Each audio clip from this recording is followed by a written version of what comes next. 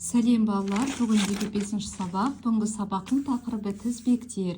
Ендеше бірінші тапсырмаға қарайық. Жыл мезгілдері мен олардың белгілерін ата. Суретке қарайық. Суретте жылдың 4 мезгілі бар. Жалпы балалар, бір жылда жылдың 4 мезгілі болады. Солардың әр қайсымен жеке танысайық. Бірінші суретте бізде қыс тұр. Мынау суреттің жыл мезгілі бұл қыс. Оның белгілері: қыста қар жауады, айналаның бәрі осындай әппақ болады.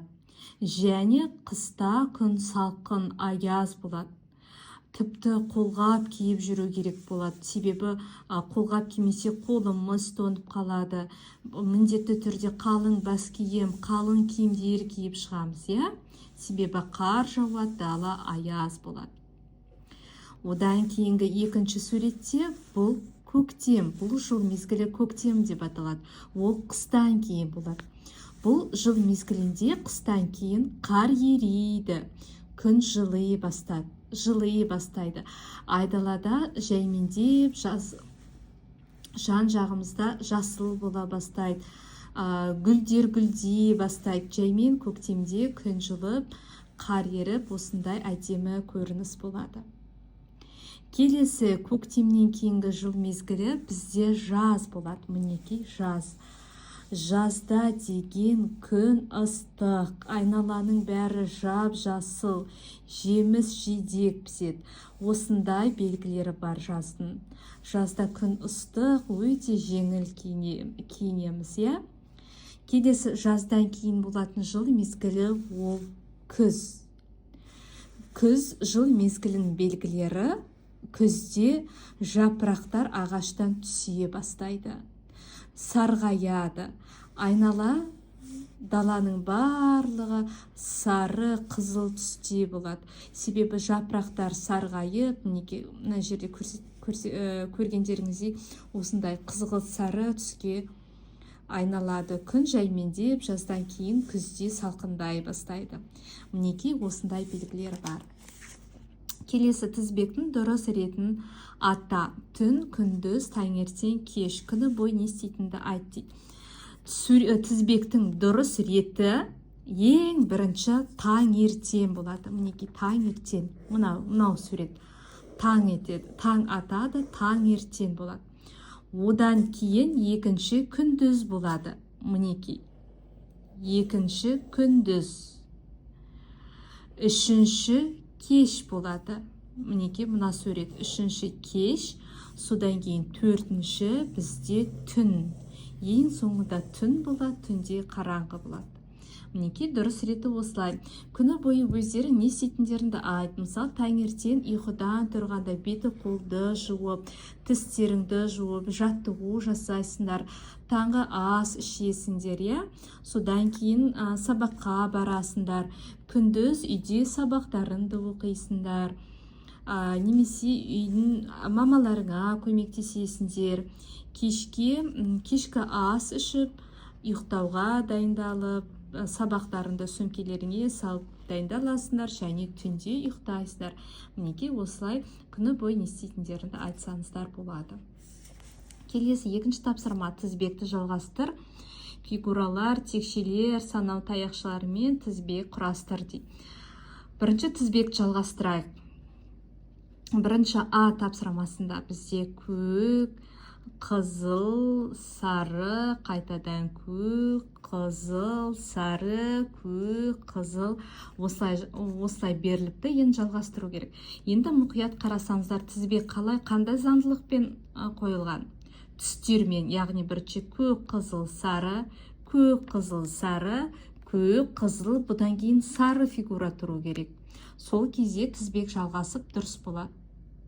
Түсінді қоя, мына жерде сары фигура болады. Себебі заңдылық көк, қызыл, сары, көк, қызыл, сары, көк, қызыл, сары. Әрі қарай жалғастырсақ, көк, қызыл, сары, көк, қызыл, сары осылай кете береді.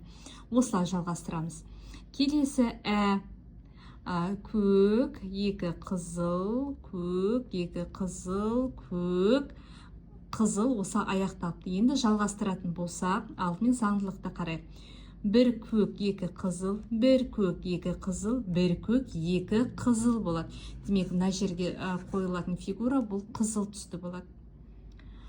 Сонда көк, екі қызыл, көк, екі қызыл, көк, екі қызыл, ары қарай жалғастырсақ көк, екі қызыл, көк, екі қызыл, осылай жалғасып кетеді. Енді өздеріңіз фигуралармен, текшелермен бір тізбе құрастыратын болсаңыздар, мен бір көрсетейін сіздерге. Мысалы, бір дөңгелекпен және төртбұрышпен осындай тізбе құрастырсақ болады. Бір дөңгелек, екі төртбұрыш. Бір дөңгелек, екі төртбұрыш. Немесе, мысалы, менде қазір үшбұрышта боялған үшбұрыш, боялмаған үшбұрыш, боялған үшбұрыш, боялмаған үшбұрыш, боялған үшбұрыш, боялмаған үшбұрыш, боялмаған үшбұрыш, сосын боялған үшбұрыш, боялмаған үшбұрыш. Осындай фигуралардан тізбе құрастырсаңыздар болады. Келесі үшінші тапсырма. Фигуралардың қандай тізбекпен орналасқанын түсіндір. Соңғы шыршаны қалай бояу керек дәптеріңде орында дейді. Ең алдымен біз соңғы дәптерге орындап мынаны ғана жазсақ болады. Енді қандай заңдылықпен орналасқан қарайық. Біз бірінші қатарға қарайық тізбеге. Бірінші қатарда екі қызыл түс бар, екі көк түс бар, сонда екі сары түс болу керек. Демек, бірінші үшбұрыштың ішін сары түспен бояйсыңдар. Сол кезде дұрыс болады. Дұрыс қой, екі қызыл, екі жасыл, екі сары. Келесі, яғни әр үшбұрыштан екі түстен бар. Келесі қатарда екі сары түс бар, екі жасыл түс бар, қызыл түстен нешеу? Біреу ғана. Демек, мына жердегі үшбұрышты қызыл түспен бояйсыздар. Өсіп салып, қызыл түспен бояп қоясыздар. Түсінікті ғой? Келесі қатарды қарасақ, қызыл түстен екеу, сары түстен екеу, жасыл түстен біреу ғана бар. Демек, бұл жерге жасыл түсті үшбұрыш жетіспейді. Яғни, мына үшінші тұрған үшбұрышты біз жасыл түспен бояймыз. Сол кезде дұрыс болады. Яғни, әр қатарда үшбұрыш екі түрлі түстен болу керек. Бірінші қатарда екі қызыл, екі жасыл, екі сары. Екінші қатарда екі қызыл, екі жасыл, екі сары. Үшінші қатарда екі қызыл, екі жасыл, екі сары. Сол жетіспеген түсті мына жерге бояймыз. Сол кезде дұрыс шығады. Яғни, біріншісін сары түспен, екіншісін қызыл түспен, үшіншісін жасыл түспен бояп дәптерге жазып шығасыздар. Келесі фигуралардың қалай орналасқанын түсіндір. Соңғы кестені қалай толтыру керек. Бірінші төртбұрыштың ішінде дөңгелектер сол жағында, бірыңғай сол жақта орналасқан. Екіншісінде сол жақта екеу, оң жақта біреу орналасқан. Мінекей, сол жақта екеу, оң жақта біреу орналасқан. Үшіншісінде керісінше оң жақта екеу, сол жақта біреу орналасқан. Сонда былай қарасаңызда, мына ортасында тұрған екі орналасқан фигуралар бір-біріне қарама-қарсы тұр. Мына дөңгелектер біріне қарама-қарсы тұр. Мынаған қарама-қарсы мынау тұр, мынаған қарама-қарсы мынау тұр. Енді мынаған қарама-қарсын табу үшін біз соңғы кестедегі дөңгелектерді мынау шетіне қарай, оң жаққа қарай толтырып қоямыз. Яғни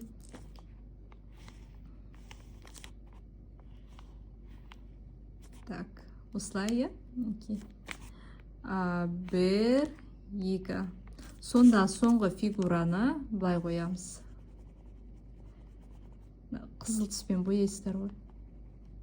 Мінекей, осылай орналастырамыз. Сол кезде мына екеуі бір-біріне қарама-қарсы тұрады, мына шетіндегі екі фигура бір-біріне қарама-қарсы болады. Осындай заңдылықпен орналасады. Келесі математикалық ребустар сандарды тап. Өткен сабақта білеміз, біз мына сандарды мына тізбекпен былайынан қосқанда да бірдей сан шығу керек, былай қосқанда да бірдей сан шығу керек. Осы заңға сүйене отырып, біз осыны табамыз. Ендеше табайық. Бізде бірінші енді бүкіл сан берілген мына қатарда, сондықтан осыны есептейік алдымен. 3 қосу 1, 3 қосу 1, қосу 4-ті есептейік. 3-ке 1-ді қоссақ 4, 4-ке 4-ті қоссақ 8 шығады. Демек, мына қатарлардың бұлай қосқанда барлығында 8 болу керек, бұлай қосқанда да барлығында 8 деген сан шығу керек. Мына қатарды таптық. Енді қалған қатарды табу үшін біз мына сан табу үшін бұлайнан есептейге. Яғни бұл жердегі белгісіз санды табу үшін біз алдымен 1 мен 3-ті қосып аламыз. 1-ге 3-ті қоссақ қанша болады? 4 болады. Мына екеуін қосқанда 4. Енді мына жердегі санды табу үшін біз жаңа айттық, мыналардың қосындысы 8 болу керек деп. Сол себепті 8-ден 4-ті азайтамыз. 8-ден 4-ті азайтсақ 4 шығады. Сонда мынау жасырылған сан, мына жердегі бос сан ол 4. 4-ті қоясыздар. Сонда тексеретін болсақ, 1 қосу 4 қосу 3, 1-ге 4-ті қоссақ 5, 5-ге 3-ті қоссақ 8 шығады. Мінекей санды таптық. Дұрыс қоя? Енді келесі қараңыздар, бұлайнан таптық, бұлай таптық. Енді біз мына жердегі санды табуымыз керек. Яғни бұл жердегі санды табу үшін біз 3 пен 1-ді қосып аламыз. 3 пен 1-ді қоссақ қанша? 4 болады жаңағыдай. Енді мына жердегі сан табу үшін тағы да біз 8-ден 4-ті азайтамыз. Сол кезде 4 шығады. Неге 8-ден азайтамыз? Себебі бұлай қосындының барлығы 8 болу керек. Сондықтан біз 8-ден азайттық. Яғни бұл жердегі де жасырылған сан 4 деген сан. Тексеретін болсақ, 4 қосу 3 қосу 1, 4-ке 3 қоссақ 7, 7-ге 1-ді қоссақ 8 шығады. Шықты. Енді мынаны таптық, енді мына санды табу керек. Бұл санды табу үшін бізде мына жерде 4 тұр, 1 мен 4-ті қосамыз. 1 қосу 4 қанша? 1-ге 4 қоссақ 5 шығады. Енді сол мына сан табу үшін біз 8-ден 5-ті азайтамыз. 8-ден 5-ті азайтсақ 3 шығады.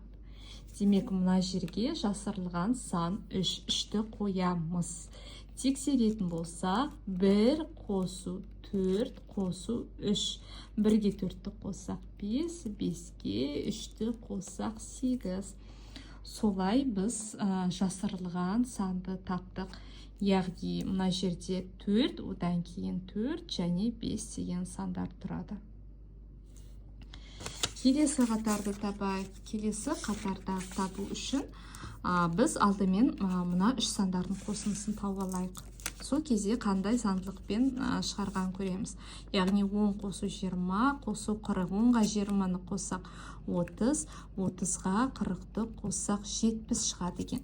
Демек, бұл жерде бұлай тізбектер бұлай қоссақ та, ұзыннан тігінен қоссақ та барлық сандардың қосындысы 70 болу керек.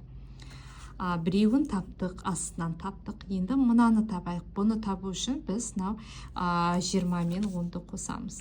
20 қосу 10 бізде 30-ға тең. Мына жердегі санды табу үшін біз 70-тен 30-ды азайтамыз. Неге 70-тен азайтамыз? Себебі үшеуін қосындысы 70 болу керек. Сол себепті 70-тен 30-ды азайтамыз. 70-тен 30-ды азайтсақ 40. Демек, мына жердегі жасырылған сан ол 40. Тексерсек, 40 қосу 20 қосу 10. 40-қа 20-ны қоссақ 60, 60-қа 10-ды қоссақ 70 шықты. Сандардың қосындысы 70-ке тең шықты. Келесі мынаны таптық, енді мынаны табайық. Мына жердегі санды табу үшін біз 10-ға 20-ны қосамыз. 10 қосу 20 ол бізде тағы да 30-ға тең. Енді мынаны табу үшін сол 70-тен 30-ды азайтамыз. 70-тен 30-ды азайтсақ жаңа шығардық. 40-қа тең. Тексерсек 10 қосу 40 қосу 20. 10-ға 40-ты қоссақ 50, 50-ге 20-ны қоссақ 70 шығады. Яғни мына жердегі жасырылған сан бізде 40 екен. Таптық қоя? Таптық. Енді мына екі санды таптық. Олай болса, мына қатардағы сандар табуымыз керек. Бұл қатардағы сан табу үшін біз алдымен мына жерде тұрған санды табайық. Бұл жердегі сан табу үшін мынау белгілі болды, иә? Нешеге тең? 40-қа тең. 40-қа 10-ды қосамыз. 40 қосу 10 бізде 50-ге тең. Енді мына үшеуінің қосындысы 70 болу керек дедік. Демек, мынаны табу үшін сол 70-тен 50-ді азайтамыз. 70-тен 50-ді азайтсақ 20 шығады. Демек, мына жердегі жасырылған сан 20 деген сан. Тексерсек, 40 қосу 10 қосу 20. 40-қа 10-ды қоссақ 50, 50-ге 20-ны қоссақ 70 шығады. Таптық. Енді соңғы санды табайық, иә? Соңғысы. Мына жер бізде 20-ға тең. Мынау астындағы 40-қа тең. Мынаны тауып алсақ болады. Алдымен біз 20 мен 40-ты қосамыз. 20 қосу 40 ол 60. Қосындысы 60. Мына жердегі сан табу үшін біз 70-тен азайтамыз. 70 азайту 60 тең 10-ға. Сонда мына жердегі жасырылған сан 10 болды. Тексерсек, 20 қосу 10 қосу үшінші тұрған бізде 40. 20-ға 10-ды қоссақ 30, 30-ға 40-ты қоссақ 70 шығады екен. Дұрыс. Мен бұны сіздерге дұрыстығын тексеру үшін ғана көрсеттім. Ал негізінде тек қана мына екеулерін жазсаңыздар болады, қалай тапқандығы бойынша. Сонымен бүгінгі сабақ аяқталды. Каналға тіркеліп, видеоға лайк басыңыздар, сұрақтарыңыз болса жазыңыздар, міндетті түрде жауап беремін.